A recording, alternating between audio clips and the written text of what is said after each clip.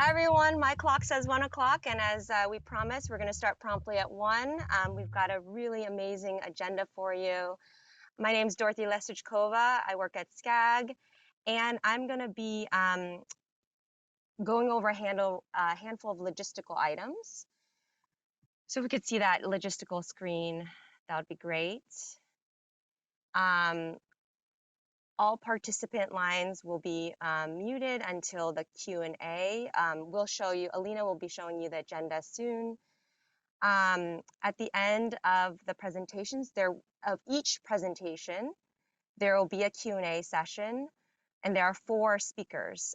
So during the Q&A, you can unmute yourself and ask questions verbally or type your questions in the chat, and we will make sure that we facilitate your questions in the chat promptly. If you have a question during a presentation, please type it into the chat box. We have a chat moderator. We will log all questions and answer them during the appropriate Q&A.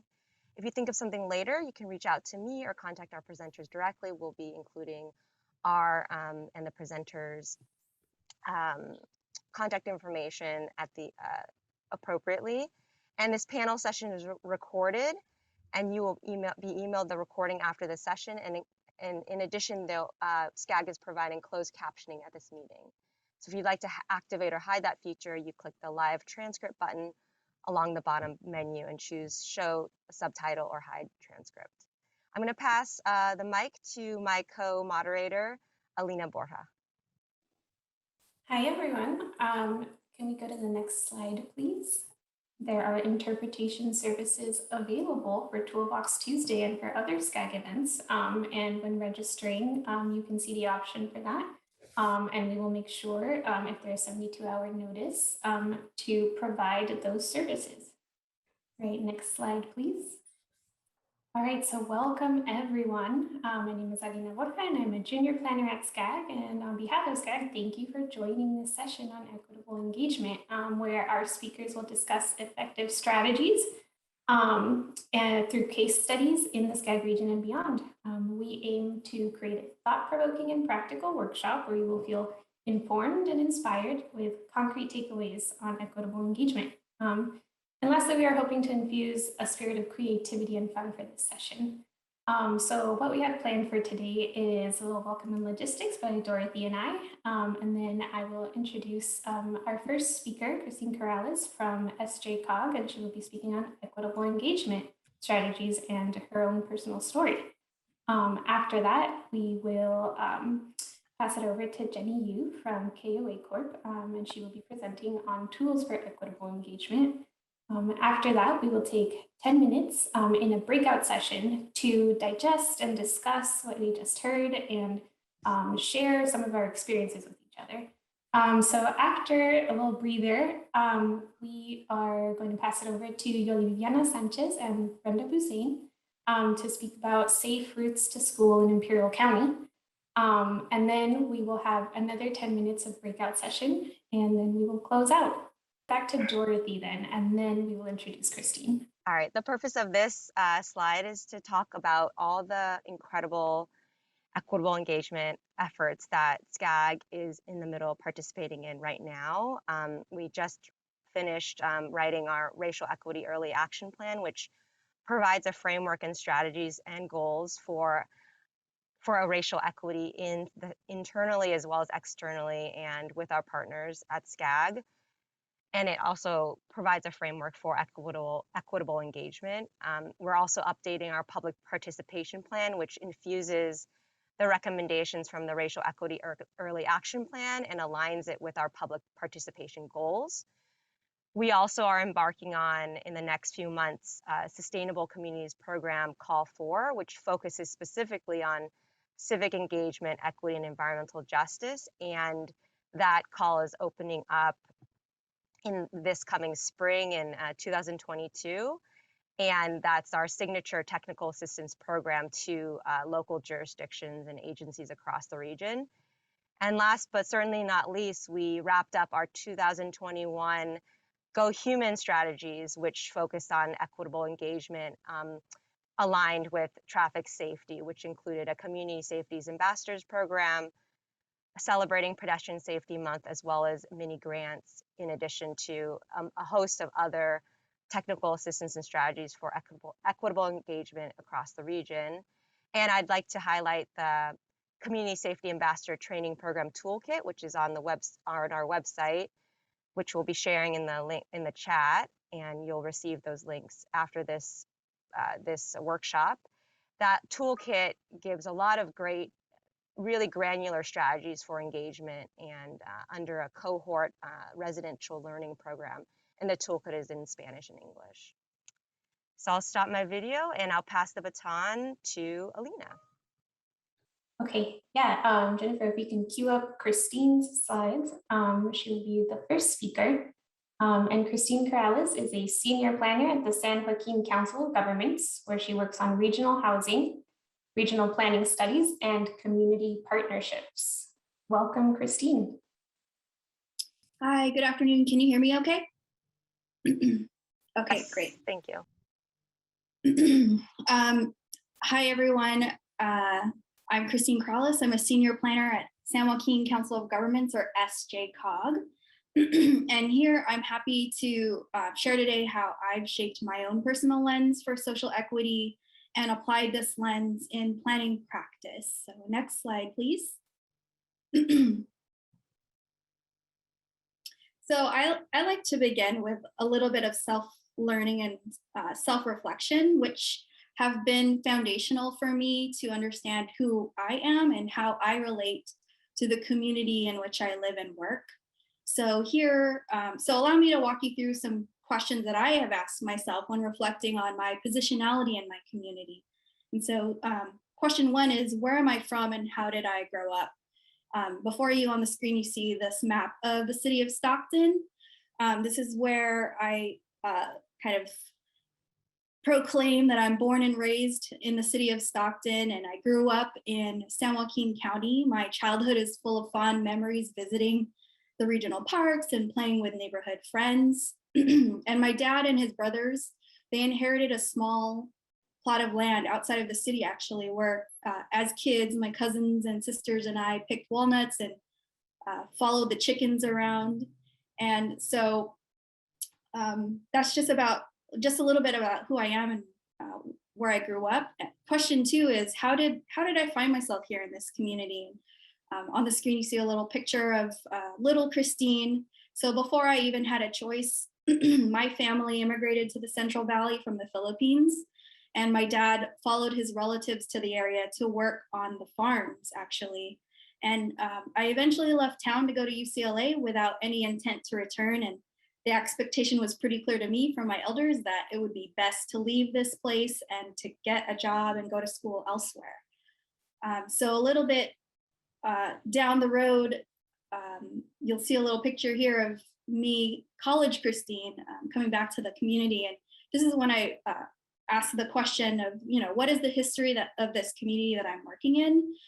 So 300 miles down the road from Stockton at UCLA, I actually spent time learning about my ethnic identity and my cultural roots from fellow students on campus, as well as the Asian American Studies department. And for the first time, I discovered that Stockton was actually home to the largest population of Filipinos outside of the Philippines from the 20s to the 60s.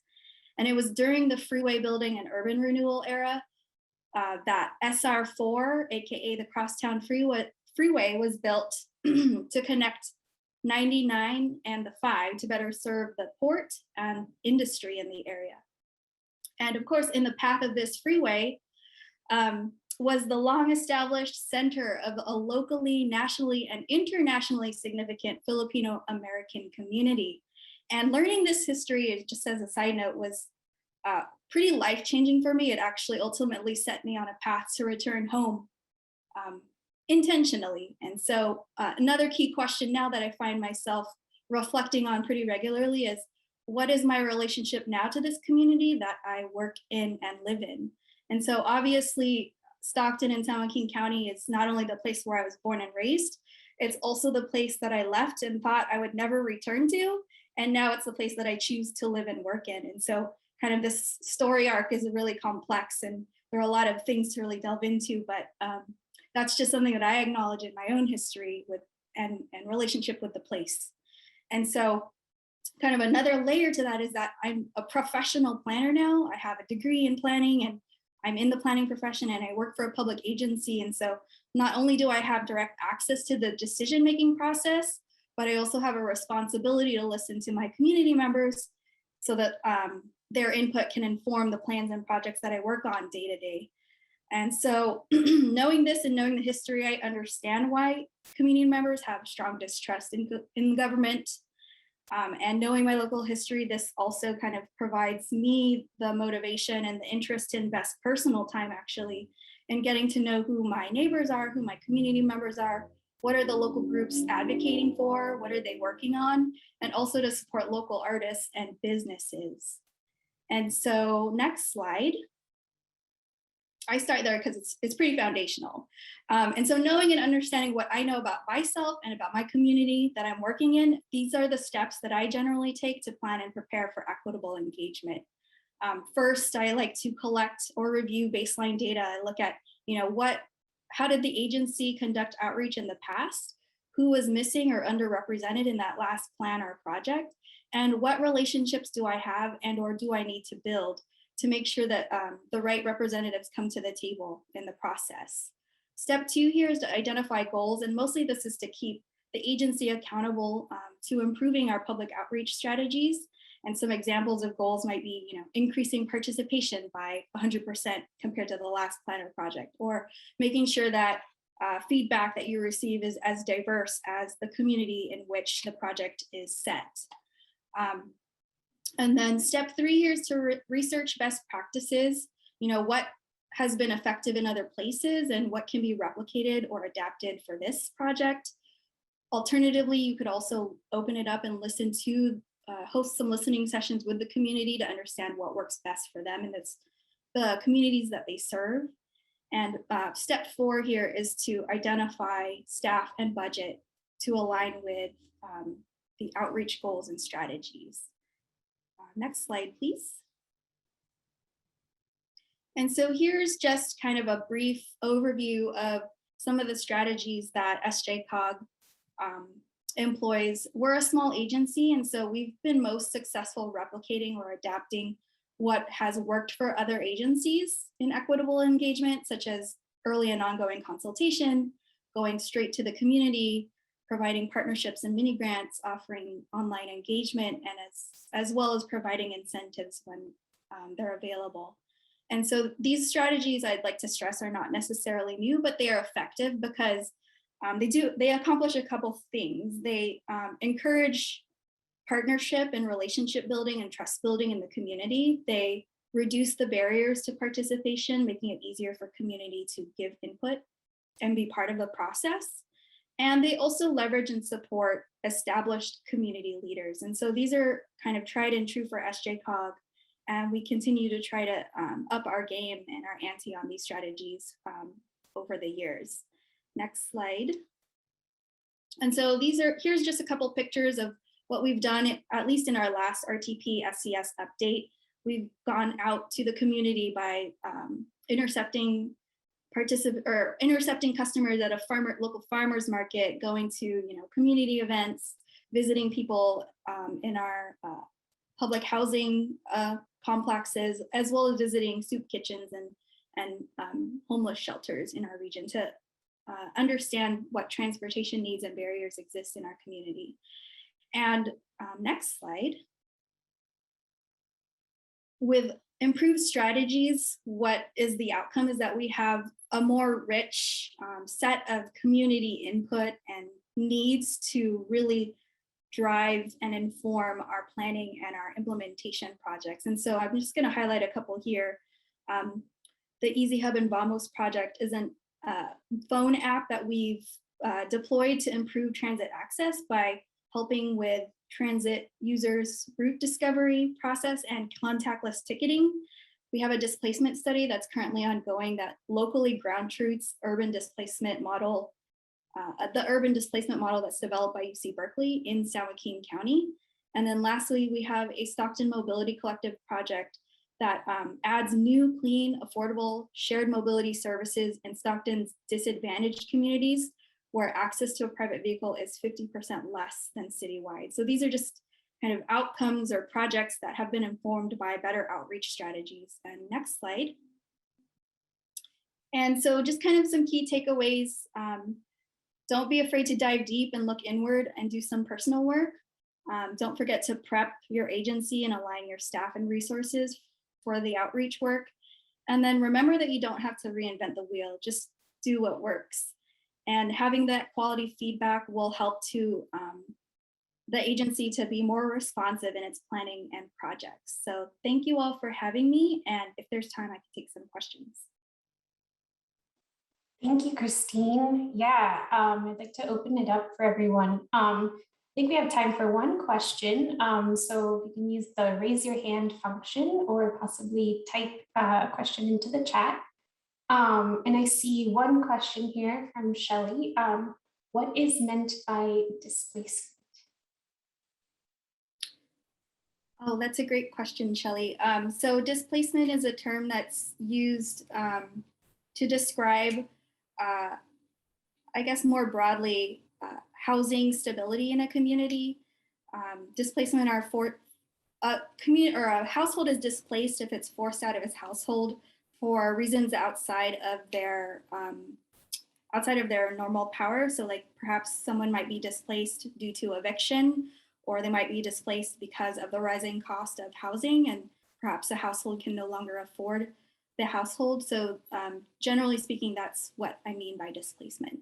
And in the predominant kind of narrative and methodology that comes out of UC Berkeley, a lot of the data and the research is kind of grounded in Bay Area housing. And so with San Joaquin County just west of the Bay Area and also experiencing a lot of housing pressure from what's happening in the Bay Area, what we heard from our stakeholders in the last RTP, where there's a lot of transit investment actually better connecting the San Joaquin County area to the Bay Area, is that what is SJCOG and its local agencies doing to mitigate for displacement or prepare for and address displacement concerns? And so since that was kind of like a huge area that we weren't prepared to respond to in 2018, we're doing some work now to really understand what displacement risk exists here in San Joaquin County. Thanks, Christine. Okay, I think if anyone has any more questions for Christine, please place them in the chat. And Christine, if you wouldn't mind looking in the chat and answering some of those questions, I'm going to pass it along to Dorothy to introduce our next speaker. Thank you. And wow, what a wonderful story, Christine. And I agree that I implore everyone to look inward. That's really where a lot of change happens. So thank you. So now we're so delighted to introduce our next speaker, Jenny Yu. Jenny Yu is a senior associate planner at KOA Corporation. She specializes in working with communities across Southern California to develop active mobility plans and implement tactical urbanism demonstration projects. Jenny is going to talk about community engagement strategies used to engage impacted communities. So take it away, Jenny. Thank you, Dorothy. Jennifer, if you could show my slides, that would be great. Perfect. In that case, we'll get started with the next slide. So I would like to begin this presentation with going over some definitions of what is equitable engagement. I think that's the topic of this discussion, but then I think it will be great to throw some definitions out there, so then we can all be grounded on a similar term as we move through the presentation. So these are some of the definitions that I found on the web that I like. So from starting with change lab solutions, it's an equitable, inclusive community engagement approach to public decisions ensures that the people most affected and most marginalized, especially those who have been historically left out of the conversation, such as low-income people, returning citizens, communities of color, recent immigrants, speakers of English as second language, have a say in the decisions that affect their lives. Another quote from Seattle Neighborhoods. Equitable engagement is a combination of processes that support the participation of people of color, immigrants, and refugee communities, and low-income people in the neighborhood group outreach and public engagement process. So both definitions are pretty similar, and the main theme between the two is that equitable engagement is engagement to impact the communities that may not typically participate in the public participation process. Maybe similar to Christine, my experience as a planner is, I would say, is like heavily rooted in what is in this definition. I grew up in a low-income community. I come from a community of color, and I am actually a first-generation immigrant, where English is a second language. So this whole entire concept of public participation is completely new to me when I first started in the planning process, and that's why I found this very, very fascinating. Next slide, please. So next, I would like to briefly go over what is known as the public participation spectrum from the International Association for Public Participation. The spectrum is a widely recognized framework for public participation, and over the years there have been many adaptations for it. But for today's purpose, I am going to stick with the original. So basically, the spectrum describes 5 types of participation, and the level of participation increases with the impact of the decision. It begins with inform, which is the process of providing the public with the information on a project, and then it moves over to consulting them, involving them, collaborating, and finally, the last type is empowering, where the public has the final decision-making authority. Next slide. So based on the definitions of equitable engagement and the public participation framework, as described in the previous slide, there are several constraints toward equitable engagement. And for many of you that have been engaged in projects where you have to work with impacted communities, then I think some of these constraints are pretty obvious. For instance, the time some of the constraints for working with impacted communities include the time. That's like the time to actually participate in the public participation process. Everyone's really busy, and for a family member that has to take care of her young child, they might not really have time to participate in this process. Next is the ability to get to a community workshop and to actually get there, and that's why the transportation component of it is really important. Third is the language barriers to actually participate. If you are if English is a second language, then the participant, the community member, may not necessarily understand what is going on, or even have the capability to communicate their thoughts in order to participate. And then fourth, I would like to say it's just a general concept of participating in the planning process. My family actually came from China, where people don't really participate in the planning process. It's the government doing the job. And so that's why it's very foreign for them to actually be able to participate in the planning process. So that's why it's really important that's why one of the constraints is really letting them know that it's possible and that their voices actually matter. And then lastly is the trust in the participating planning process as well. Similar to what Christine was saying earlier, there is, especially for immigrant communities where they might come from governments that they are not really trusting of, then the trust is definitely a really key component of it. So given these constraints, next I will discuss 3 case studies using tools that I have found to be very effective in engaging with impacted communities. These include participating in community events, walk audits at schools, and technical urbanism demonstrations. Next. So case study number 1, for the San Bernardino Active Transportation Plan, the KOA team had an outreach event that was held at the headquarters of the Southern California Mountains Foundation. They are also the Conservation Corps for the Inland Empire. The organization received a SCAG Community Streets mini grants to research ways to improve active transportation in the city. And at the event, the team was presenting the research findings to community stakeholders. Next slide, please. Working with event organizers whom the participants respected and trusted, the KOA team was able to engage with many residents to gather meaningful input for the San Bernardino ATP. And this collaboration greatly enhanced our outreach efforts for this project. Next slide, please. case study number 2, Ontario Active Transportation Plan. So for this project, the KOA team collaborated with 5 schools to host 5 school districts to host 25 walk audits at elementary and middle schools and 4 walking safety assessments at high schools. The events were held during school drop-off or pick-up to coincide with the times that parents would be at the school, which make them more accessible to participants.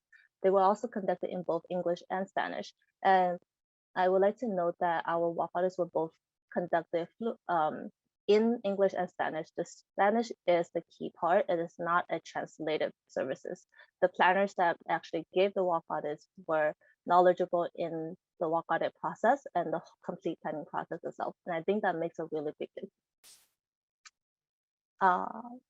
So as part of the walk audits, it actually involved a walking portion where participants will walk around the vicinity of the school sites to discuss areas of concern. It was followed by a working session in the classroom setting as you see. The walk audits were effective in that it allowed participants to physically experience the existing infrastructure and open up conversations on how to improve it. Next slide, please.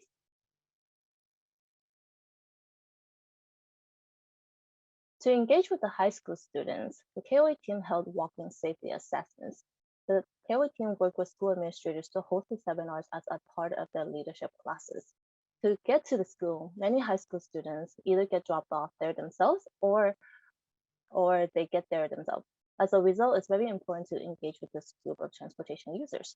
The seminars allow students to share their ideas for how to make their schools a safer and more accessible place. Next slide. And the last example is actually a Go Human activation in the city of El Monte. The activation used elements from SCAG's kit of parts. At the event, we demonstrated the artistic crosswalks and a park lake. The Go Human activation was very helpful because it allowed community members to experience new pedestrian infrastructure on a temporary basis and gather community feedback on the elements on the spot. Next slide. What was really exciting about this project was my family actually lived in El Monte, so I invited to come out. I was actually teaching my family about the parklet and the artistic crosswalk, and my family is actually shown in the slide.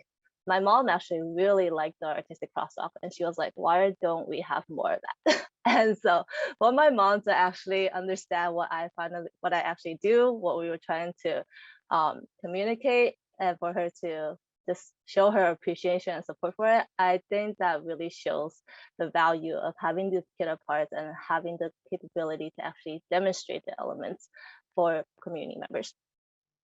So slide number 10, next slide. In closing, I would like to offer these 4 lessons learned. First, collaborate with trusted community members, community leaders on the engagement effort. As outsiders, especially for consultants, it might be a bit hard for us to gain the trust of the community. So therefore, it's really important to work with the community's leaders early on. Next, go to the communities that you want to reach and don't really expect them to come to you. I think like one of the common techniques that cities and agencies use is to host community workshops and they expect community members to come to you. But given the constraints I just discussed earlier, that might be pretty difficult, especially for impacted communities. So therefore, it is more effective to go to existing community events and try to gather input that way.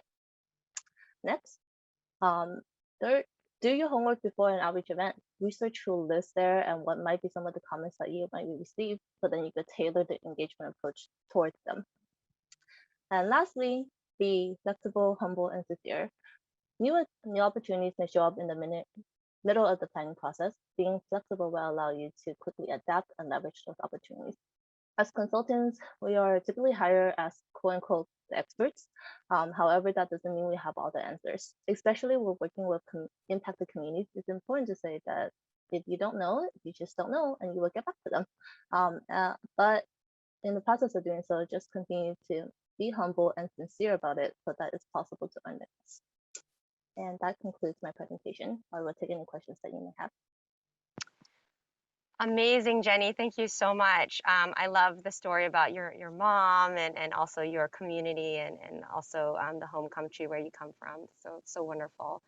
At this point, we'd love to take a question for Jenny, whether you want to take yourself off of mute or you want to put in the chat or raise your hand.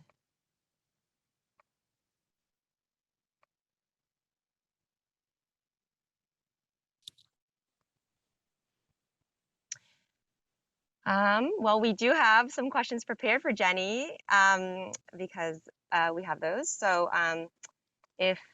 oh, here we go. Shelly Sussman asks, who funded this? And maybe, Shelly, maybe you could elucidate which maybe project you're asking about, or in general, maybe Jenny could talk about all the funding sources for the different projects she talked about.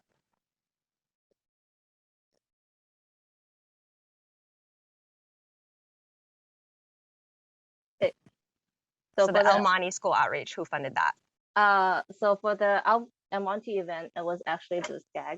KOA has a lot of partnerships with SCAG, and the Kit Apart is actually through SCAG, which Alina and Dorothy can give you more information on how to access it if you like to rent it for your projects. Looks like Anna Karen Ramirez has a question, so feel free to unmute yourself. Hi, thanks. I actually just put my question in the chat. It was, so I think that UC Berkeley tool on displacement is really helpful.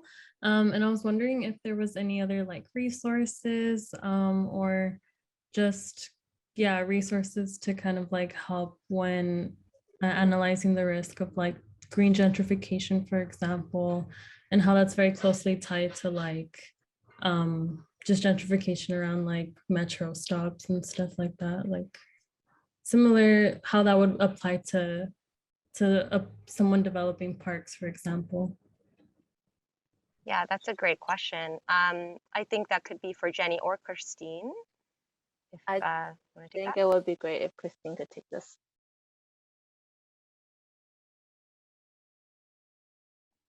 Sorry, I think I might have missed the question. It was about displacement, right?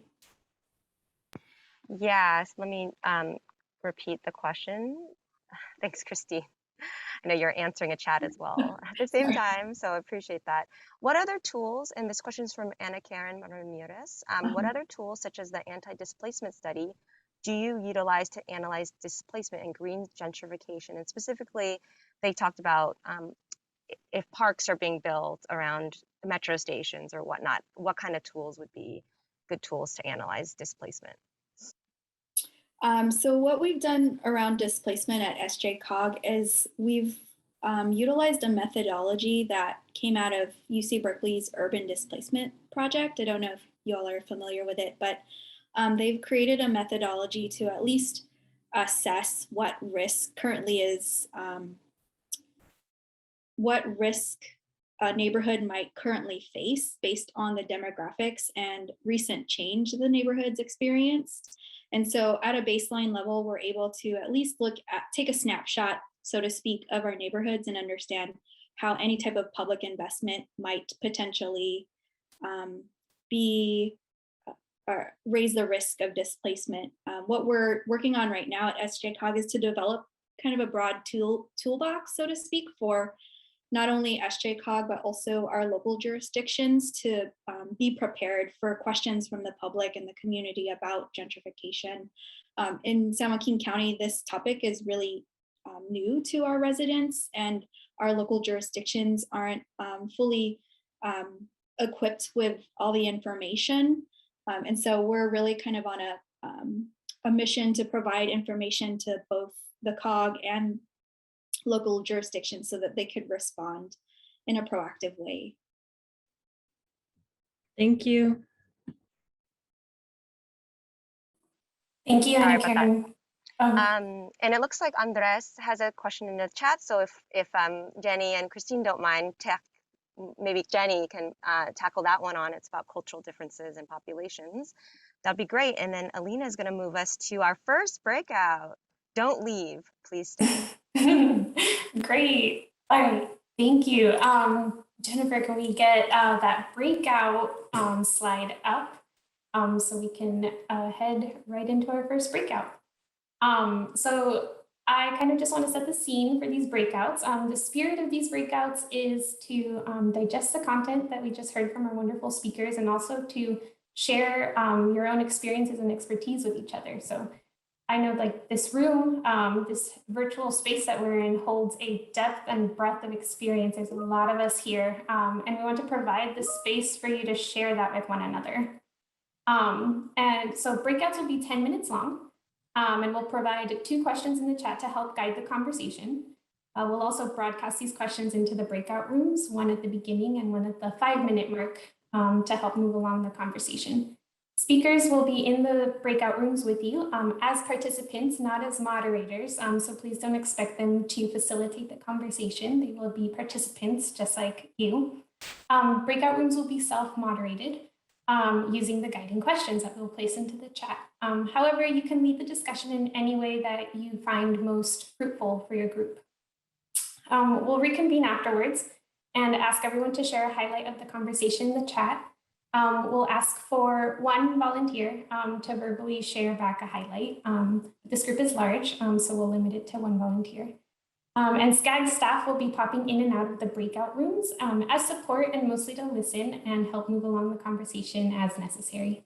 And lastly, I would just like to remind everyone to be mindful of the space that you take up in this virtual space. So take space and make space in a respectful way that includes everyone.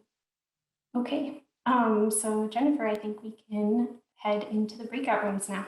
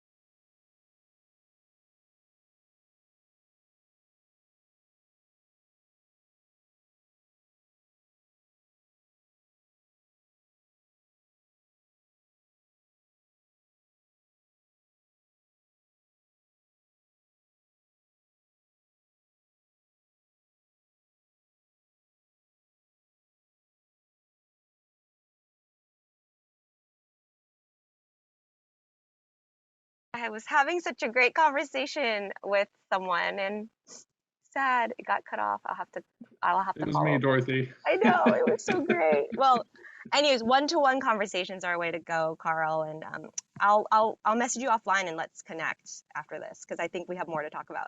Thank you. Sure. Yeah, we were right in the middle of a good conversation in my breakout as well. So sorry about that to the person that got cut off. I'm sorry. All right, at this time, okay, sorry about all of those technical difficulties, everyone. So at this time, we're reconvened in the main room. I'd like to ask for 1 volunteer to share back something that you liked, that you heard, and everyone else is invited to share in the chat. So if 1 person could share, raise your hand, come off mute, anything you feel comfortable with.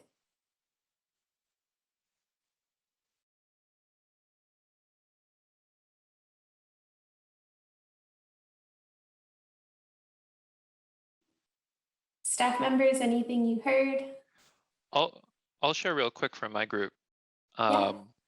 Yeah, so we had 3. My name is Reed Alvarado. I work at WSP, but we were particularly talking about survey work in this time, and the geographic barriers we all face.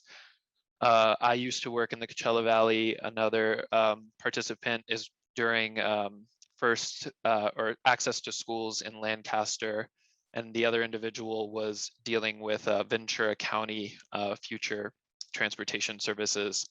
And with all, we were just kind of talking about the creative solutions and barriers to getting to every geographic area in a particularly large zone.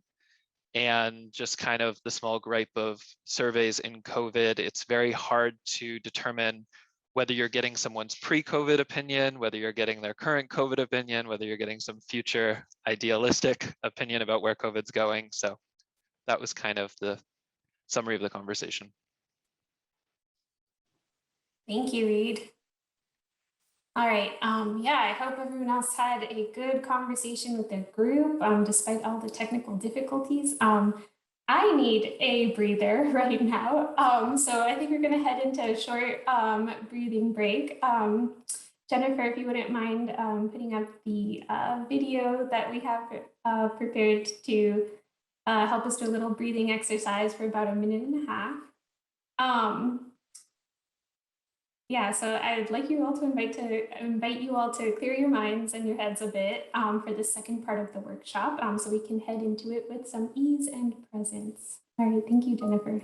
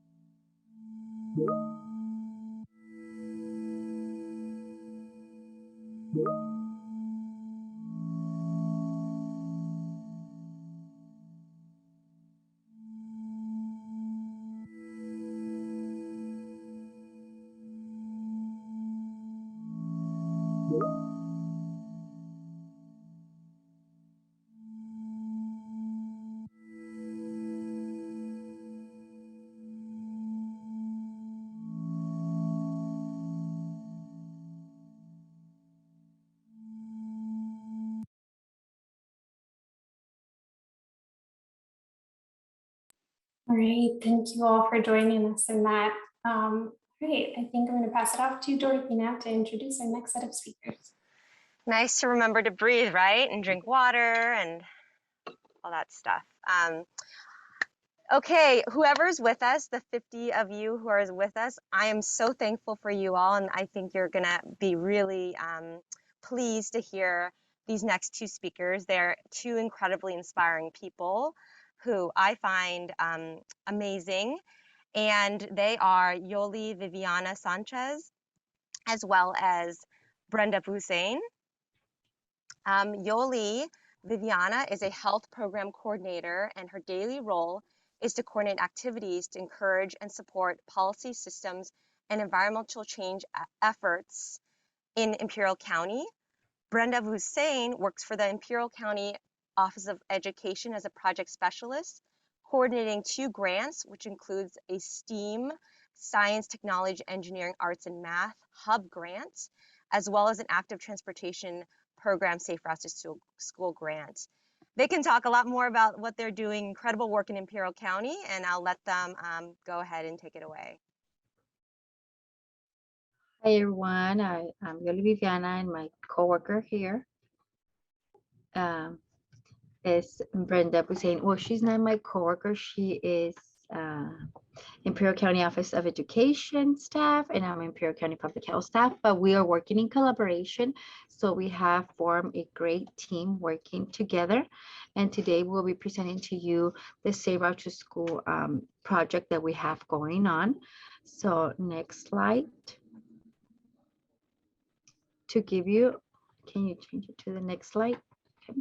So to give you an outline of if we are successful today, we'll be able to share with you guys a little bit of our background, school activities, the work that we work in collaboration, and next steps. So hopefully me and Brenda Buzane have a successful presentation. Thank you. Moving forward, next slide, please. This is actually our first time doing this, so hopefully we do cover all the aspects. So a little bit of the background, right? We do direct education. I'm doing direct education, and the first outreach that we do, it's, as you can see here in this slide, the picture is with the parents. Why the parents? Part of the Safe Route to School project is to promote walking and biking to school. A lot of the parents don't feel comfortable letting their kids walking or biking to school because they mentioned that it's a not safe area. However, when we approach the parents, we teach the parents that the drivers are themselves, right? Because who takes the kids to school every morning? The mom, the dad, or the grandma, right? So we do conduct outreach, direct education to the parents. The second picture that you see there in the slide is we also conduct Safe Route to School direct education to kids from kinder up to high school. So we do use different curriculums, and everything is evidence-based. So we do have direct education when we do we teach the kids bicycle safety, pedestrian safety, and we work in a collaboration with outside agencies to gather some bikes to give away. We always also work with another program that has some helmets. So we always, when we give out a bike, we make sure we give a helmet at the size of that child that won the bike. Moving forward with the slide here, we have the picture with the media. We do reach out to the parents, we do reach out to the students, and we try to reach out to the community with social media messages, right? We use the Go Human campaign. We work in collaboration with the school principals to give out the message. And here, this Imperial County, it's a very small town that we all are connected. So we always try to get the faces of the principals, of the teachers, of those faces that the parents, the students see on a daily basis. And the last picture that I have here, as you can see, it's an outreach event when we did a walk to school using the whole human campaign, the whole human handouts that are in English and Spanish. So that's a little bit of the background work that we have been doing.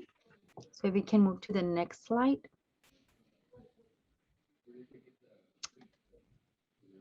Okay, so the next slide shows how we work in collaboration with law enforcement, city staff, bicyclist club, youth groups such as AmeriCorps or law enforcement.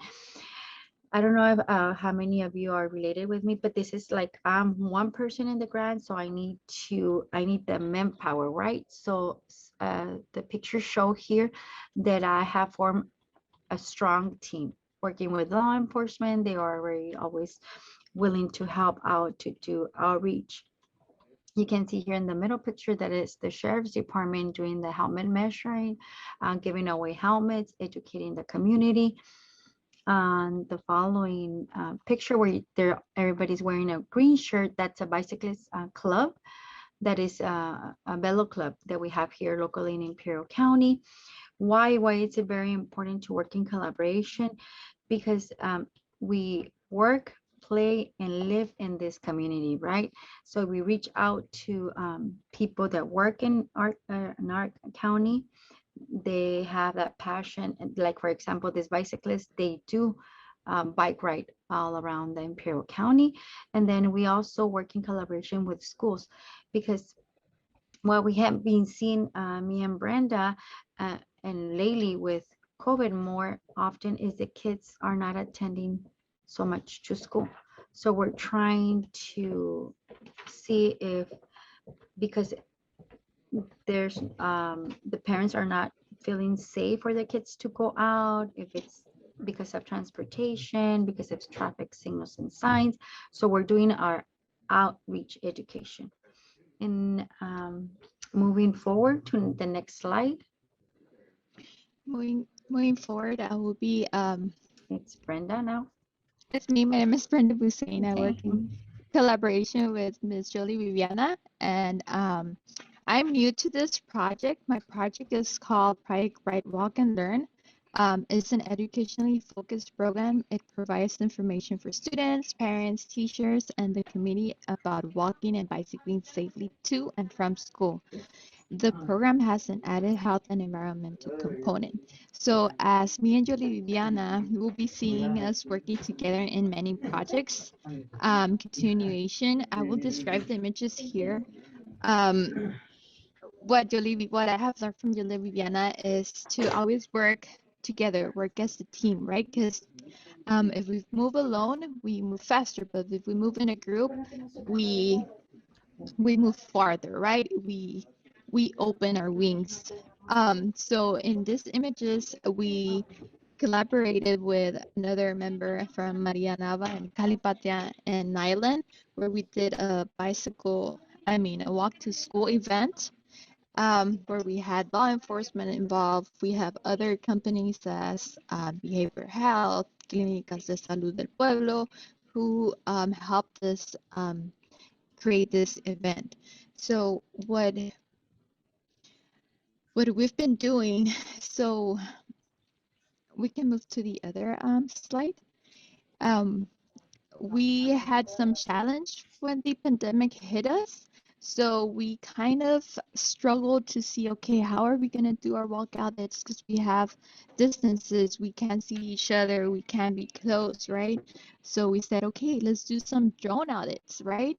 So me and Yoliviviana jumped in and said, okay, let's go ahead and do this. Westmoreland needs help on putting those safety distances and looking for the entrances and the intersections and all of that. So we created a drone audit, which they will show you a video. If you would like to show the next slide, I believe it's the video for Westmoreland. So this is just for you guys to get an idea of what we've been working together. So in this video, we show what are the intersections, the signs, and Yoliviana, if you need to add anything, go ahead and stop.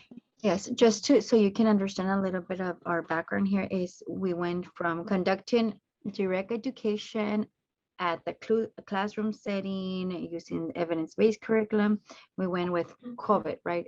Everything stopped, right? Kids stopped going to school, everything was Zoom, but we needed to continue the engagement and the working relationship with the schools. So that's how we did how we brainstormed and came up with a walk audit, because we were very active with the walk to school events and conducting walk audits around the school, inviting everyone. But now, because it's with this pandemic, the COVID-19 pandemic, we just need to make sure we do follow all the guidelines. So we came up with a drone. And are we putting the video, Dorothy? Yeah. Okay. So as you there in the video, you can see that's the superintendent. There is very welcoming. Here the school is was getting ready to reopen. That was back in May. So we did these images to educate the kids as well throughout Zoom. So we use those videos to show the kids where to enter, make sure they do follow the 6 feet social distancing. Those feet that you see there were used from another grant that is called the CalFresh Healthy Living, and that are stencils to promote the walking and the biking. So by that way, the school was able to mark the distancing and the path, right? Because also just thinking the crosswalk guards, everybody needs to maintain their 6 feet social distancing. So it affected everyone, and especially in the mornings, the traffic flow, making sure the kids were they're 6 feet apart, that the cross guard ladies only cross street for few students. So when, and like everything was impacted, like back then, well, the cross guard lady was able to cross 20 kids at once. Now they need to mix, everybody needs to be separated to make sure they are following the social distancing. So moving forward. So we continue developing videos as it helped us in our work group that we have, where a lot of members from Imperial County and organizations as law enforcement and superintendents from schools. We take pictures, we create a small video where we could use it to look at it as the whole group through Zoom as we can get together. So we use that strategy and we use it like to see it by ourselves, like, okay, you know what, and gives us some suggestions on what we need. You can go ahead and play the video. Just a short, so that way you know what am I talking about. The areas you need improvements and all of that. So these videos are just for what we do for our work group, and that's how we and Yoliviviana collaborate, right? Another To thing. pause. Jennifer, did you hear the cue to the walk audit video for Heber? Thank you. We were approached by the superintendent that they were having a lot of kids not attending to school. So that walk audit that we conducted is mainly one intersection that affects almost half of the students that attend that school. And during that walk audit, you can see that the sidewalks are broken, then the crosswalk are. Sorry, pausing a little bit. Sorry, Yoli. I think we're having a little bit of technical difficulty showing the video. Okay. So you're just describing it. So that's Okay. good. Maybe we'll come back to it when we get a chance. Okay. So the also sorry about the that all. That's fine. So also the video showed that the crosswalk are poor mark.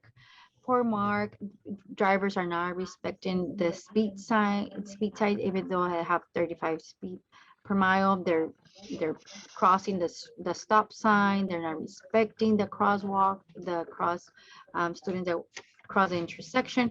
So we were able to find a lot of findings. With that, we met with the superintendent, with Mr. Cruz from Heber District wants to move forward and implement a Safe Route to School project. So we are also reaching out to planning to see if they can stripe the crosswalks again. We're working with school staff to see, to identify those kids that are missing school, and if because they are missing school is because of transportation.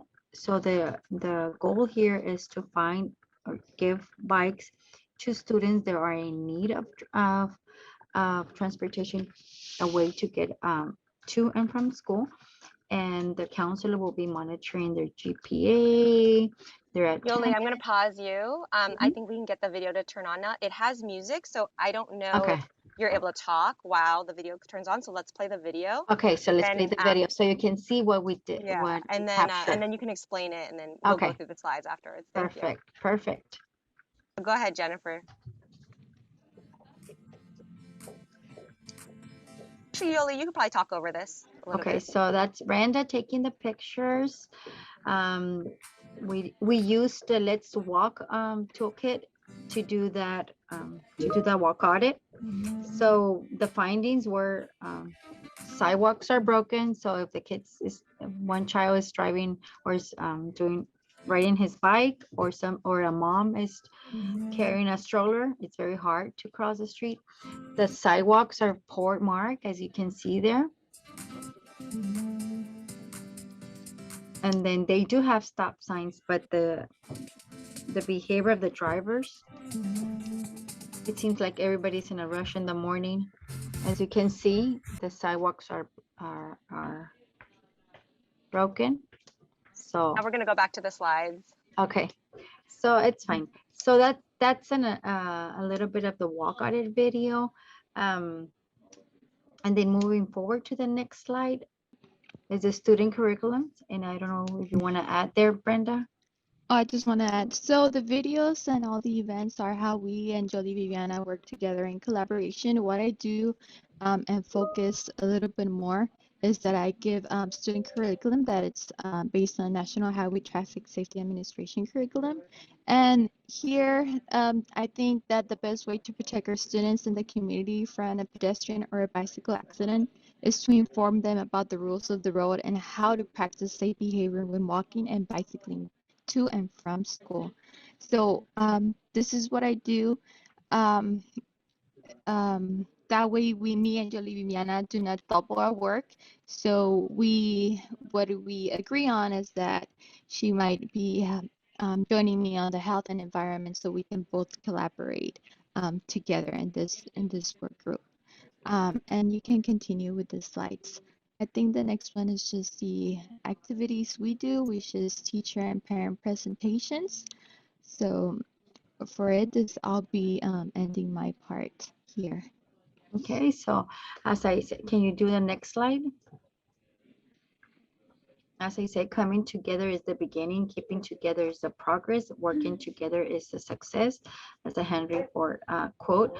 So I am a strong believer that working in collaboration with outside agencies will take us farther, not faster, right? Or farther with our community, serve our community, having community events that teach the kids that are fun and they have a good time walking and walking safely will teach the students, the parents that it's okay to walk. That back years, 20 years ago, everybody used to walk to and from school. And now all the parents are afraid of letting their students walk to and from school. So hopefully we will move forward. We're working with the schools to implement the safe routes. So if we can move to the next slide. Our next step is to implement the Safe Route to School program. Also is to connect with the school staff on their school wellness. They are audited every 2 years. The school is audited with their school wellness. So we're trying to implement Safe Route to School curriculums into their school wellness. So that way students will be learning about bicycling safety and pedestrian safety. And also, we're currently addressing the attendance throughout the Safe Route to School program. And then next slide. Oh, well, that's it. I don't know if you have any questions for us. And we want to thank you for having us and for your time. Thank you, everyone, for listening to us. And this was our first time, so I know we need to get. No, you did Practice wonderful. more. Not at all, not at all. And we're just so happy to have you here and thank you for sharing with us your incredible journey. And I'd like to take this time now to bring all the speakers back if they're still here hanging in with us, and all the participants. Really appreciate your patience with all the technical difficulties, but I think we're going to take the next 8 minutes to do a full group Q&A.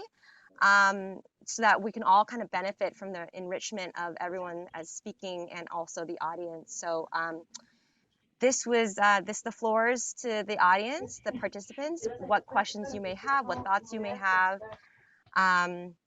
No pressure. Free to put your question in the chat, raise your hand, or take yourself off mute to ask them. This could be for Yoli, Brenda, Jenny, or Christine.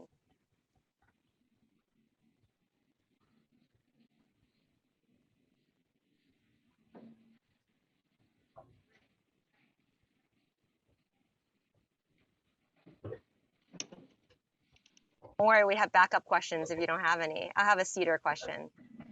Yoli and Brenda, you talked a lot about the school environment and students and parents.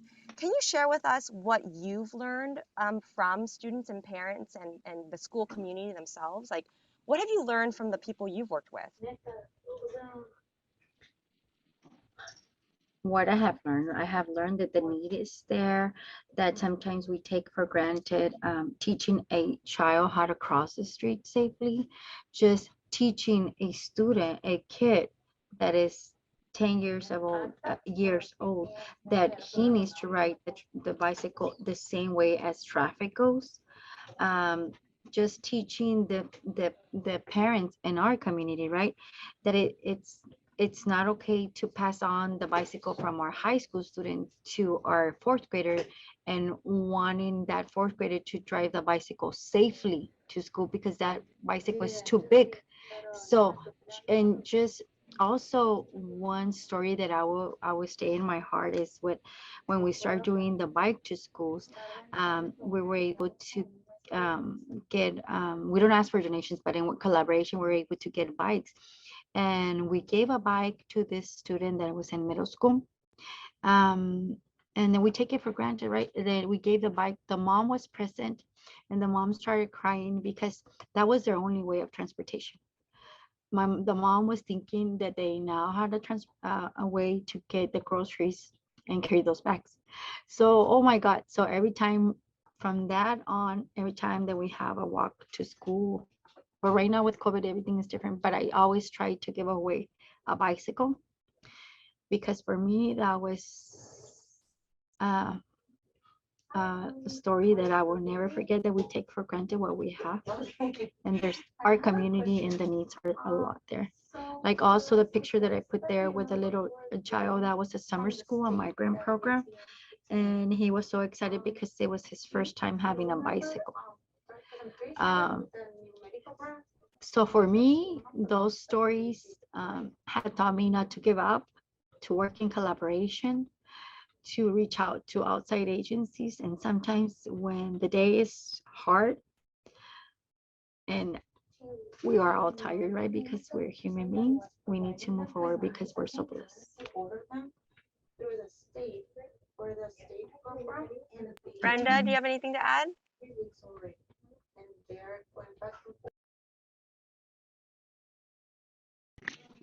No, I just want to thank Yoliviana for sharing the story, and it's true.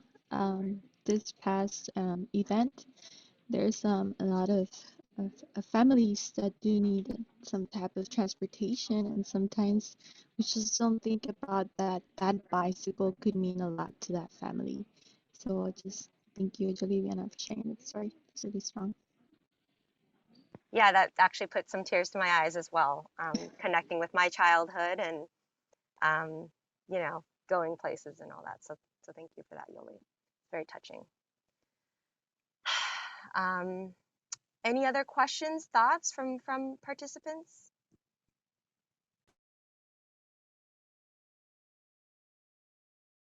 I actually would like to piggyback off of what Yoli and Brenda has been saying, which is that in working with impacted communities, a lot of the stuff that I think people take for granted are actually stuff that we should not be taking granted for. I think like in my line of work, where we focus a lot on active transportation and safe at school as well, just the concept of safety, right? Like we pitch it a lot and it sounds great, but then like when it comes to just like thinking about safety, it's like, you know, for the people that rely on walking and biking to get to anywhere, and the fact that they could get killed because the roadway is not planned for them. Just a very, very simple fact. I think it's something that a lot of people might not really think of it too much, but the simple fact is that like all of us are pedestrians. We might not necessarily be bicyclists, but even if we're just walking from a car to a house, we are pedestrians. And if our roadways are unsafe, then there's a possibility that that user might not be able to get home or get to their destination safely. And I think that really points to the importance of the work that we do and how it's important for us to have to conduct equitable engagement, so then we will be able to provide the infrastructure and the resources to really help the communities that are most impacted. That was great, Jenny. Thank you so much. And I kind of forgot to say that we skipped the second breakouts because of time. So that's why this is a full group tuning in case people are wondering what happened to the second breakout. This is it. It's the full breakout. Any other last questions before we close things out? We'd love to hear one or two more questions from the group.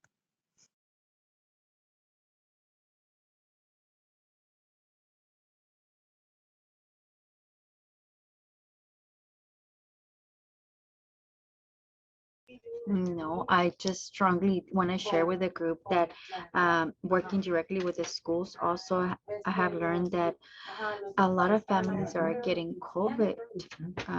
Single moms or just parents that are getting COVID are not sending their kids. Well, they're doing quarantine, but they're not they're not sending their kids to school, but they also are in need of food, because they were not prepared. So working with the schools in a way, we will be able to move forward. A lot of the parents are also not getting the money to pay when they are sick for COVID-19. So just connecting with the schools, helping, and it's my understanding that all schools will be having right now the parent centers very active. So just want to share that.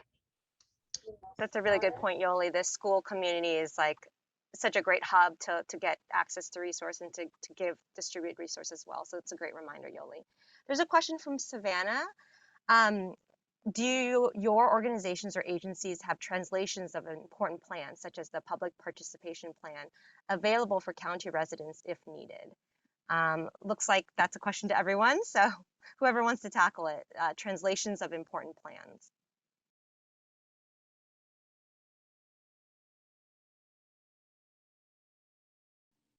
I could chime in about what SJCOG provides. In our PPP, it's not translated, but we do have a section that's our limited English proficiency plan that outlines our policy or our practice around translation and interpretation. And generally what we do with, our kind of keystone documents like the RTP SES, for example, we provide our executive summary in language, in Spanish particularly, and offer to translate other materials as requested. And in San Joaquin County, our top 3 language groups are Spanish, Cambodian, and Filipino.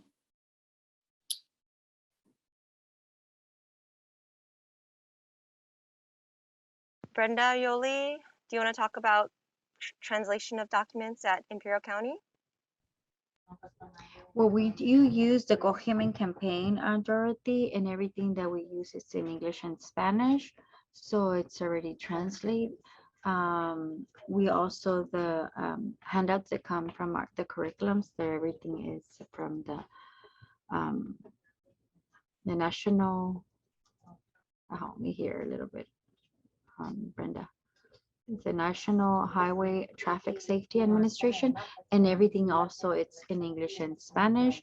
The Save Out to School partnership, everything that they develop, it's English and Spanish. So we're not recreating the wheel. We're using everything that is in English and Spanish to reach out to our Imperial County residents. Jenny, did you have a word about translation or interpretation? Then I'll close things out after you speak. As far as consultants, well, I have not seen any RFPs that actually require plans to be translated, but I think that's a really great idea to incorporate it into future RFPs. Kind of like Caroline was saying, it's like it might not necessarily have to be the whole entire plan, but at least the executive summary with the key information. So then like folks will be able to know what the outcome is. As far as like the projects, what KO usually does is we translate a fact sheet that has the information, and our community engagement efforts are in English and Spanish. But I think the next step would be including something about the actual plan. Great suggestions, great ideas for this. So thank you all for joining us today at the Toolbox Tuesday. We hope you had fun, feel inspired, and leave this workshop with practical takeaways to support more equitable engagement with your agencies, companies, organizations, and communities. If you have any questions or follow-up concerns, please reach out to me or Alina or the panelists directly, and we'll of course share our the recordings and information with you afterwards. So thanks again, and thanks for sticking with us. We're 2 minutes after 2:30, but I think it was really lovely and so wonderful to share space with you all. Thank you. Thank you. Take care. Thank you. Thank Bye. you. Bye. Bye. Thank you.